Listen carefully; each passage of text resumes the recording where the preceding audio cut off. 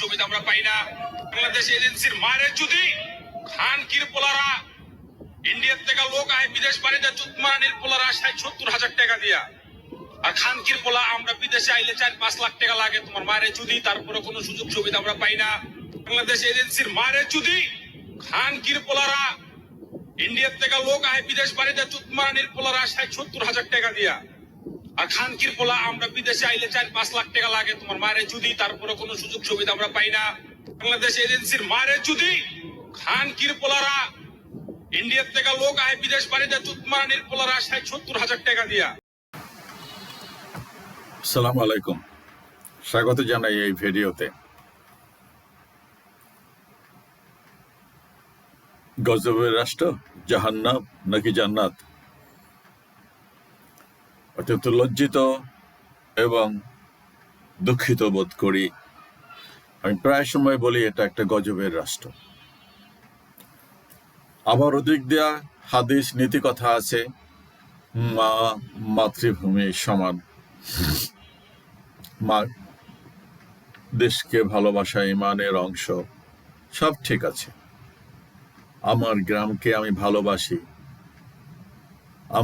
বলছি আমার বারান্দায় আমি আমার গ্রাম বানাইছি, আমার ঠিকানা নাই বাড়িতে, কোনো আফসোস নাই তার জন্য। কিন্তু এই যে লোকটা, আজকের যে মিডিয়া, পৃথিবীতে কেন মঙ্গল গ্রহেও এই ভিডিও দেখা যায়, এই যে ভিডিও, এই যে আর্তচিৎকার, এই যে আর্তনাদ এই মানুষের, আমি এটা টিকটক থেকে নিছি। এই যে আহাজারি, এটা কি মিথ্যা, অমূলক, বানোয়াট, বিকৃত, অতিরঞ্জিত কিছু? আমি আপনাদেরকে, নতুন প্রজন্মকে জিজ্ঞেস করতেছি, আমি বলছি আপনাদের অন্তর জুড়ে স্বপ্ন বিদেশে যাওয়ার, একটা কাজ কাম করার, নিজের ভবিষ্যৎ গড়ার, মা বাবাকে মুখে হাসি ফোটাবার, ছোট ভাই বোনদের বিয়ে পাশ করেছেন অথবা করেন নাই, লেখাপড়া শিখছেন বা শিখেন নাই, বাট তারপরেও তো একটা মানবিক মূল্যবোধ তো সবার ভিতরেই থাকে। ছোট ভাই বোন, পরিবার পরিজন, যেগুলো বখাটে সেগুলোর কথা আলাদা। বখাটে তো এই সমাজেই বানায়, এই রাজনীতিই তো বখাটে বানায়, এই সমাজ বখাটে বানায়। এই অধপতিত সমাজ দায়ী সমস্ত কিছুর জন্য। এই রাজনীতি, নোংরা রাজনীতির জন্য দায়ী প্রত্যেক দেশে, শুধু এই বাংলাদেশে না। কারা দায়ী? আসমান থেকে গজব নাজিল হয়, আসমান থেকে সমস্যা নাজিল হয়, চোর ডাকাত আল্লাহ তাআলা আসমান থেকে পাঠায়। এই হাইজাকার লুটেরা, এই যারা লুটপাট করে, চুরিদারি করে, এই খুন খারাপি করে, ধর্ষণ করে, এগুলাকে আসমান থেকে আল্লাহ তাআলা পাঠায়, ফেরেশতারা নিয়ে আসে ডাইকা? অস্বীকার করতে পারবেন? এই সমাজ দায়ী। এত এত বাহিনী রাষ্ট্রের, এত এত সংস্থা, এত চৌকস তারুণ্যের অহংকার প্রশাসন, এত এত সংবিধান বিশেষজ্ঞ চোখে পড়ে না? এই সমস্ত ভিডিও মানুষে দেয়, কেন দেয়? লজ্জিত বোধ করেন না? চোখে পড়ে না, কেউ দেয় না? না খালি তেল মালিশই করে আর তেলেই ডুবে থাকেন। একজন তো আসিফ নজরুল এসে বলেছে, আল্লাহ যদি আমি একটা মিনিস্ট্রির ক্ষমতা পাইতাম, তাহলে একেবারে আমি মিনিস্ট্রিটাকে একেবারে বেহেশতখানা বানাই দিতাম, দেশটাকে উল্টায় ফেলাইতাম, জান্নাত বানাই দিতাম। কি করছেন উনি? মানুষ তো বলা বলি করতেছে।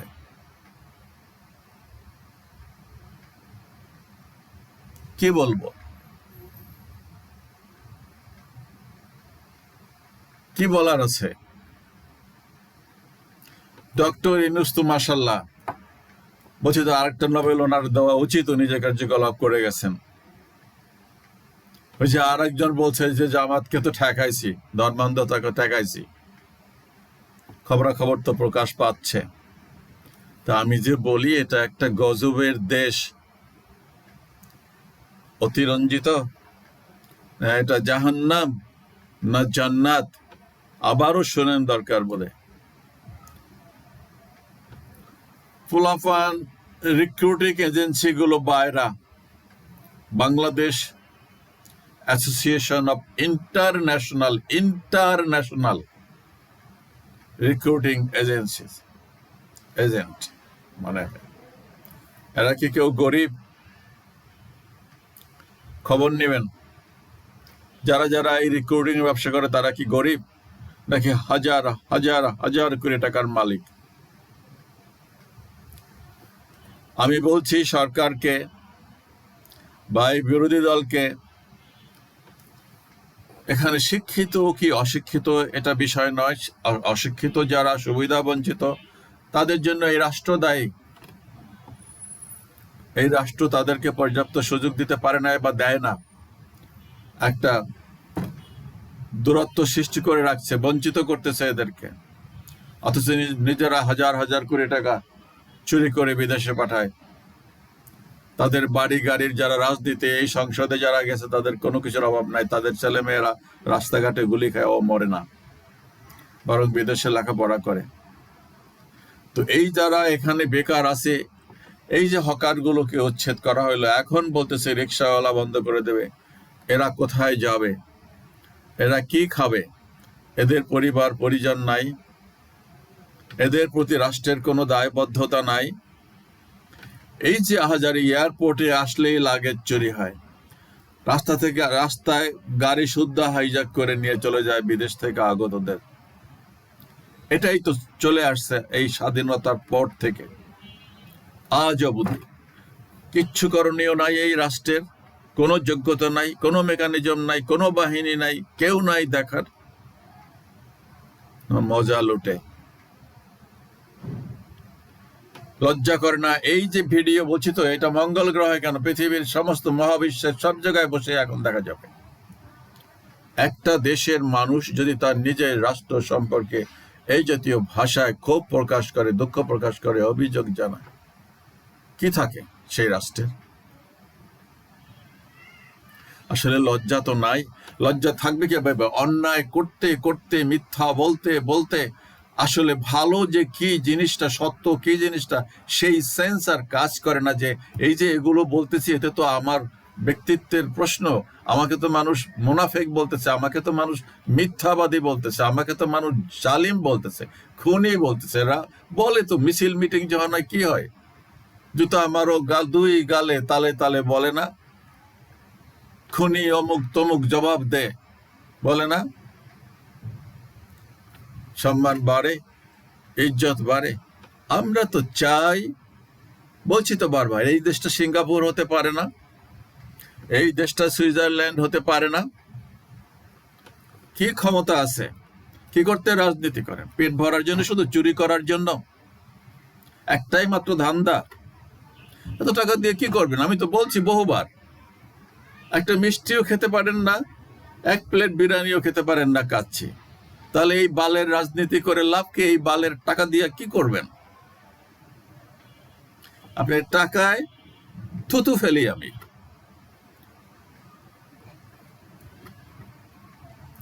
ভালো হয়ে যান, দেশটাকে ভালো করেন, আমরা এটাই কামনা করি। জবাব দেন ওই লোকটার এই ভিডিওর। তোলপাড় হয়ে যাওয়ার কথা যে ইন্ডিয়ায়, আমি সত্য মিথ্যে জানি না, ইন্ডিয়ায় যদি 30, 35, 40 হাজার টাকা লাগে, আমি 1 লাখ টাকায় লাগুক, বাংলাদেশের 5 লাখ টাকা লাগে, তারপরেও তো যায় কাজ পায় না, তারপরেও তো ফেরত আসে। আর যারা নিজেদের জীবনের রিস্ক নিয়ে যায় তারা মারা যায়। সরকার তো খুশি, মরলে খুশি আর বাঁচলেও খুশি। মানে এক বাস্তবতা, মরলে খুশি এই জন্য যে যারা আপদ গেছে, মিছিল টিছিল তো আর করবে না রাস্তাঘাটে, আর বাঁচলে তো রেমিটেন্স পাঠাবে। তাই ভাবেন না? বুকে হাত দিয়ে বলতে পারেন যে না, এটা ভাবি না? কত ছেলে মারা যায়, কত ছেলেকে এই আদম ইয়ারা মিথ্যা বলে ট্র্যাপে ফেলায়, তারপরে আবার টাকা আদায় করে। কি করে? How all this things happen? জবাব আছে কিছু? কোনো জবাব দেওয়ার মতন সৎসাহস আছে?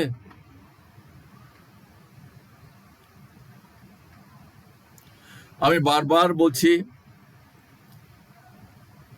ব্যাপক বলছি যে এই দেশকে আগিয়ে নেওয়ার এইটা একটা ক্ষেত্র, এই ম্যান পাওয়ার এক্সপোর্ট একটা ক্ষেত্র হতে পারে এই দেশকে রেডিক্যাল চেঞ্জ করার জন্য, অর্থনীতিকে চেঞ্জ করার জন্য। এটা তো একটা ফকিন্নি দেশ। এক শ্রেণীর লোকের হাজার হাজার কোটি টাকা ছিল তো চোর চুরি করে বানাইছে, দেশে বা বিদেশে। আর ম্যাক্সিমাম মানুষই তো চেহারা সুরাত দেখলে তো বোঝা যায় যে এরা কতটা ধনী, কতটা সচ্ছল, কতটা স্বাস্থ্যবান, কতটা নীরব, কতটা শিক্ষিত। তো এই লোকগুলো যারা বেকার আছে, সরকারিভাবে শিক্ষিত হোক বা অশিক্ষিত হোক, সুবিধা বঞ্চিত হোক, ব্যাপক আকারে একটা স্কিম নিয়ে, কি ব্যাপক আকারে স্কিম নেবে, ক্ষমতায় আসে শয়তানির ভিতর দিয়ে, সেটাকে টিকায় রাখতে এইসব এনার্জি নষ্ট করে। সেই ইঞ্জিনিয়ারিং, সেটাকে অবৈধটাকে বৈধ করার জন্য মিথ্যা চিত্তা বলে কোন রকম, কারণ তারা থাকে সবসময় টেনশনে যে কখন ক্ষমতা চলে যায়। সমস্যা, এটা একটা মৌলিক সমস্যা। সবসময় চক্রান্তের ভিতরে থাকতে হয়, সবসময় উল্টা পাল্টা ব্যাখ্যা দেয় জনগণকে। আর ক্ষমতায় থাকার জন্য যেভাবেই হোক, সামহাউ যদি ফেয়ার ইলেকশন হতো, ফেয়ার ভাবে ক্ষমতায় আসতো, একটা নিরবিচ্ছিন্নভাবে 5 বছর চালাইতো, একটা পরিকল্পনা মানুষ নিতে পারে, 5 বছরের 10 বছরের একটা পরিকল্পনা। তো বলছি সেই ছেলে পেলেগুলোকে একটা ব্যাপক স্কিম নিয়ে, আবার স্কিম দেবে, সেখানে 200 কোটি টাকা দেবে, সেখানে 500 কোটি টাকা সেখান থেকে চুরি হবে। 200 কোটি টাকার ভিতরে 500 কোটি টাকা চুরি, বুঝেন তো কিভাবে হয়? আমাদের একটা চাচাতো ভাই ছিল, সরল সোজা, খুবই ভালো ছিল, he was a very very nice guy. আমাদের জুনিয়র, গেলেই ডাব খাওয়ানোর জন্য পাগল হয়ে যেত, খুব ভালো ছিল। একদিন গল্প করতেছে, 10,000 টাকার তেল পুড়ে গেছে, মানে ওই কেরোসিন তেল, 1 লক্ষ টাকার তেলও ফেরত পাইলো না। ও আসলে ওই হাজার আর লক্ষ এটা তফাৎ জানে না। ওই যে লক্ষ লক্ষ সৈন্য মরে কাতারে কাতার, সুমার করিয়া দেখি কয়েক হাজার, ওরকম আর কি অবস্থা। সো বলছি যে এই দেশের যারা এই বেকার, এদেরকে ক্ষমতায় যাওয়ার সিঁড়ি হিসাবে ব্যবহার না করে এদেরকে প্রশিক্ষণ দেন, যে যেই লেভেলের আছে তাকে সেই ধরনের প্রশিক্ষণ দেন, সরকারিভাবে বিদেশে পাঠান, এই ভিডিও বন্ধ করেন, এয়ারপোর্টে আসলে ওদের জন্য একটা আলাদা প্যাসেজ করে দেন। মানুষেরও দোষ আছে, আমি সেটাও, এটা তো চারিত্রিক দোষ, রাষ্ট্রীয় চরিত্রের দোষ, ওই অবৈধ জিনিস নিয়ে আসবে, সেটাও ঠিক আছে, কিন্তু যারা বৈধভাবে আনে সেগুলো তো কাস্টম চেক করবে। কিন্তু লাগেজ চুরি হয়ে যায়, ব্যাগ কাটে, জিনিসপত্র নিয়ে চলে যায়, এটা তো নিত্য নৈমিত্তিক ব্যাপার। তাদেরকে সে মারামারি করে, তাদেরকে ঘাট ধাক্কা দেয়, দুর্ব্যবহার করে। এনে পিওন, সিকিউরিটি মেকিউরিটি চাকরি করে, তাদের ভাব সাব দেখলে কাস্টমসের, আমি জানি তো, আমি তো কাস্টমসে কাজ করছি, তো জানি তো,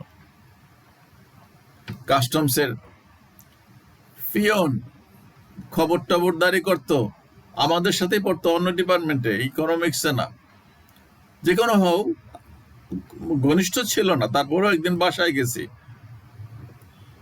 আমি তো দেখে বাসার হাব ভাব আমার মাথা চক্কর দিছে, সোজা কথা।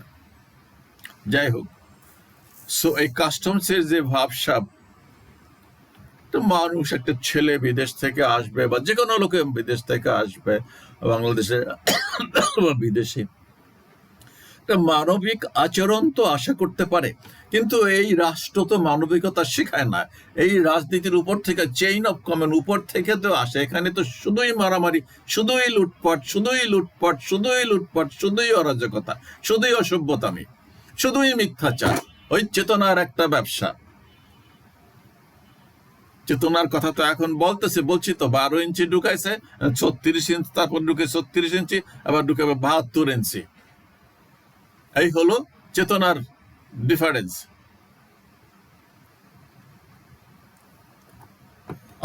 আমি খুব লজ্জিত বোধ করছি এই ভিডিওটা আমার সামনে যখন আসছে, দেখলাম, আমি খুব মর্মাহত বোধ করি, কিন্তু আমি একলা মর্মাহত ওই বোধ করে কি করব, যার জন্য এই ভিডিও দিচ্ছি।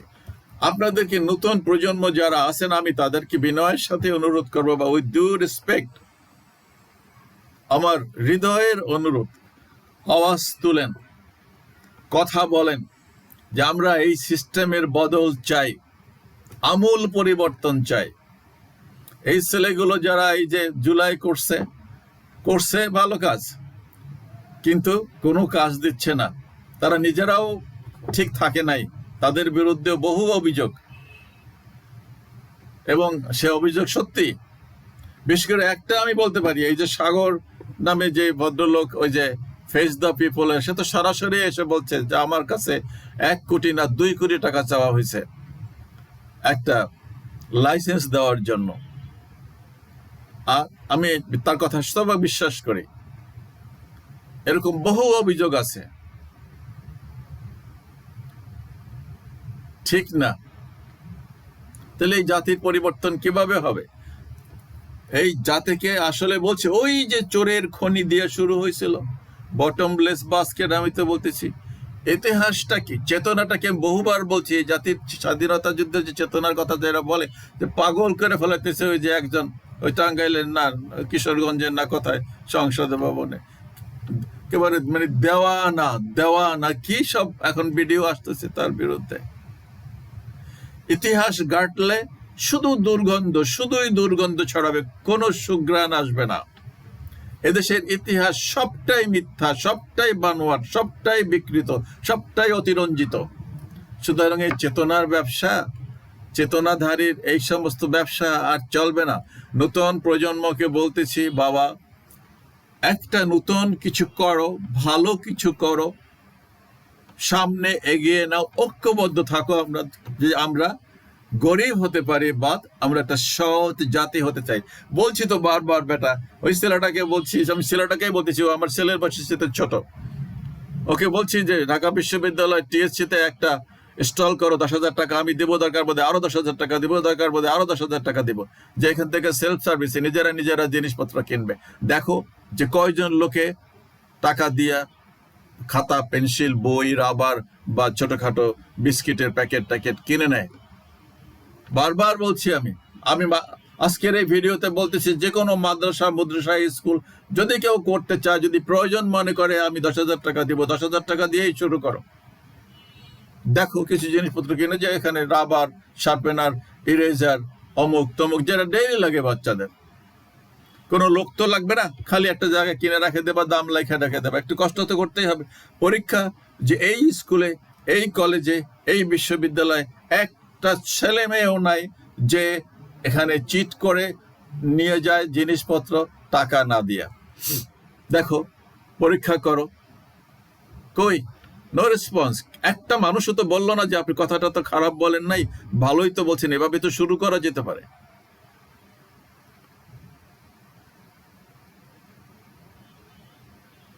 গালি দিয়েন আমাকে, আর না হলে বলেন যে প্রস্তাবটা তো খারাপ দেন নাই, ভালোই দিচ্ছেন, করা যেতে পারে। বা আপনারা নিজেরাই একটা উদ্যোগ নেন, আপনাদের মহল্লায়, আপনাদের এলাকায়, আপনাদের বাড়ির সামনে যেখানে লোকজন, যে এখানে কোনো লোক থাকবে না, এখানে ওই যে বিভিন্ন জায়গায় দেখি যে মানবতার দেওয়াল, ওখানে এমন কাপড় চোপড় দেয় যে ওগুলো আসলে পরার যোগ্য না। আমি দেখি তো, সেটা আমরা অনেক ভালো কাপড় এমনি দিয়ে, হতো মানবতার দেওয়ালে লাগে না। বুয়া আছে, অমুক আছে, তমুক আছে, দারোয়ান আছে, পিওন আছে, বাড়িতে গ্রামের বাড়িতে পাঠায়। তো মানবতার দেওয়াল আছেন, মানবতার দোকান খোলেন একটা, দেখান। আর এই বলতেছি, এই যে নতুন প্রজন্মের এই ছেলে, এখানে বহু লোক বেকার, এদেরকে রাজনৈতিক ফায়দা হাসিলের জন্য ব্যবহার করবেন না। এর চাইতে আমি বলবো আরো খারাপ ভাষায়, আরো খারাপ কর্কশ, আরো রুক্ষ, আরো তীক্ষ্ণ ভাষায় মানুষ গালাগালি করবে। মানুষ তো মুখ খুলতে শুরু করছে সকল বিষয়, স্বাধীনতার বিষয়, মুক্তিযুদ্ধের বিষয়, এই দেশে কি হয়েছে না হয়েছে সব বিষয়, রাজনীতির বিষয়। এবং আমিও আহ্বান করতেছি, মুখ খোলেন, কথা বলেন, রুখে দাঁড়াতে হবে আপনাদেরকে বাঁচার জন্য। অত্যন্ত দুঃখজনক এবং লজ্জার, বিব্রতকর, একটা রাষ্ট্রের ইমেজ নষ্ট করতেছে। এবং এটার জন্য এই রাষ্ট্র দায়ী, এই সরকার দায়ী, এই সমস্ত এদেশের বাহিনী দায়ী, সবাই দায়ী সম্মিলিতভাবে। জনগণ কি করবে? জনগণের হাতে কোনো ক্ষমতা আছে? জনগণ তো ভিকটিম সবচাইতে। আবার বলার সময় বলে জনগণই সব ক্ষমতার উৎস, সব ক্ষমতার উৎস আল্লাহ, আল্লাহ সমস্ত কিছুর মালিক। বলছি তো, আমেরিকার ভূমিটা না হলে মালিক আমেরিকা, রাশিয়ার অংশটুকুর মালিক রাশিয়া, তাই বলে সারা পৃথিবীর মালিক তো রাশিয়া না, আমেরিকাও না। আর এই মহাবিশ্বটার মালিক কে? তুই যে এত বাহাদুরি দেখাস, ঠিক না বাবা? এই মানুষদেরকে প্রশিক্ষণ দিয়ে যে ক্যাটাগরিতে লেখাপড়া জানুক, 5 পাস হোক, 10 পাস হোক, matric pass, BA pass, MA pass, পাঠান বিদেশে। আর বলছি পর্যটনের জন্য একটা নিচ্ছিদ্র নিরাপত্তা দেন। আজকে একটা ভিডিও দিব, বহু বছর পর আজকে সোহরাওয়ার্দী উদ্যানে গেলাম, দিব ভিডিও, যা দেখলাম সকালবেলা 1 ঘন্টা 1.5 ঘন্টা ছিলাম। এটা তো ঢাকা শহরের হার্ট, তার যা অবস্থা, মানুষ চিন্তা করতে হবে যে আমি বিনা পুঁজিতে বিনা পয়সায় কিভাবে টাকা পয়সা আর্ন করতে পারি। আজকে যাই থাকুক, আমাদের যতটুকুই থাকুক, মানুষ তো ঘুরতে চায়, চেঞ্জ চায়, স্থানীয় মানুষেরাও চায়, বিদেশি মানুষেরাও চায়। তো এমন যদি হতো যে বাংলাদেশের এমন কোন জায়গায় গেলে মানুষের ভয় পাওয়ার কিছু নাই যে আমার একটা আলপিন আমার ব্যাগ থেকে কেউ নিবে, সেই নিরাপত্তাটুকু দেন। কালাভুনাই খাওয়ান, সমস্যা কি? কালা ভুনা, চিংড়ি ভুনা, ভর্তা ভাতেই খাওয়ান। আজকে দেখলাম বিগত দিনের বাসি ভর্তা সকালবেলা রেডি করে। এই যদি হয় তো পর্যটকরা কি ভর্তা ভাত খাইব? জাতির মগজ নষ্ট হইলে যেটা হয় সেটাই বলতেছি বাবা। তারপরও লাস্টে অনুরোধ করব, চেঞ্জ ইউর মাইন্ডসেট চেঞ্জ করেন। জীবন বদলে যাবে, সমাজ বদলে যাবে, দৃষ্টিভঙ্গি পাল্টান। মানুষ পৃথিবীতে শুধু খাবার জন্যই আসে না, বলছি তো খেতেও তো পারেন না। তাহলে আল্লাহ হাফেজ, সালাম আলাইকুম।